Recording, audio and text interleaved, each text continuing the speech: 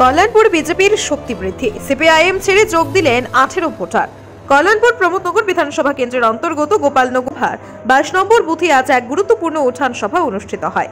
এই সভা মূলত 5 মার্চ চেবড়ি স্কুল মাঠে যুব মোর্চার জনসমাবেশ এবং 9 মার্চ আগরতলার বিশাল জনসভাকে সামনে রেখে সাংগঠনিক শক্তি বৃদ্ধির লক্ষ্যে আয়োজিত হয়। সভায় উপস্থিত ছিলেন কল্যাণপুর বিধানসভার বিধায়ক পিনাকি দাস চৌধুরী, কল্যাণপুর মণ্ডল সভাপতি, যুব মোর্চার নেতৃত্ব সহ অন্যান্য দলীয় কার্যকর্তারা। এই সভায় সিপিআইএম ছেড়ে ভারতীয় জনতা পার্টিতে যোগ দেন 6 পরিবারের 18 জন ভোটার। নবাগতদের বিজেপি পরিবারে আন্তরিক শুভেচ্ছা ও স্বাগত জানান বিধায়ক পিনাকি দাস চৌধুরী, মণ্ডল সভাপতি ও অন্যান্য নেতৃত্বরা।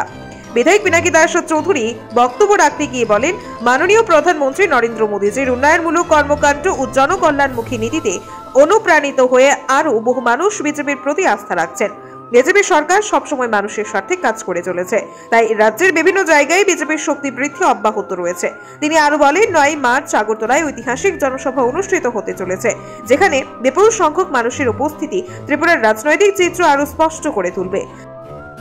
বিশেষ করে আগামীকাল যুব মোর্চার যে জনসমাবেশ এবং 9 মার্চ আগরতলা আস্তাবল ময়দানে আমাদের সরকারের দ্বিতীয় বর্ষপূর্তি উপলক্ষে প্রত্যেকটা জায়গায় পথসভা উঠানসভা চলছে। তারই অঙ্গ হিসাবে কল্যাণপুর বিধানসভার 22 নং বুথে শ্রদ্ধেয় হরেকৃষ্ণ দাসের বাসভবনে আমাদের উঠানসভা হয়। এই উঠানসভায় 6 পরিবারের 18 জন ভোটার মার্ক্সবাদী কমিউনিস্ট পার্টি পতাকা ফেলে আমাদের ভারতীয় জনতা পার্টিতে সামিল হয়েছে।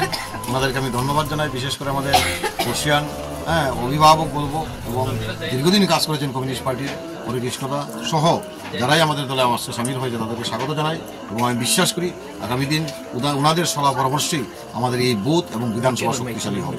এবং শুধু এটা আজকেই না, প্রত্যেক দিন সেটা চলছে।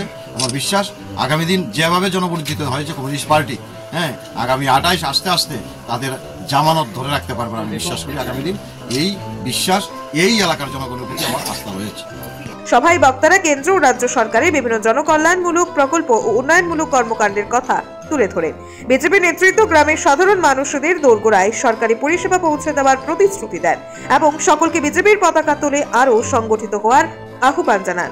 আজকের এই উঠান সভা বিজেপির সাংগঠনিক শক্তি বৃদ্ধির একটি গুরুত্বপূর্ণ পদক্ষেপ হিসেবে চিহ্নিত হলো। 18 জন ভোটারের বিজেপিতে যোগদান আগামী দিনে এলাকার রাজনৈতিক সমীকরণে নতুন মাত্রা যোগ করবে বলে মনে করছে রাজনৈতিক মহল।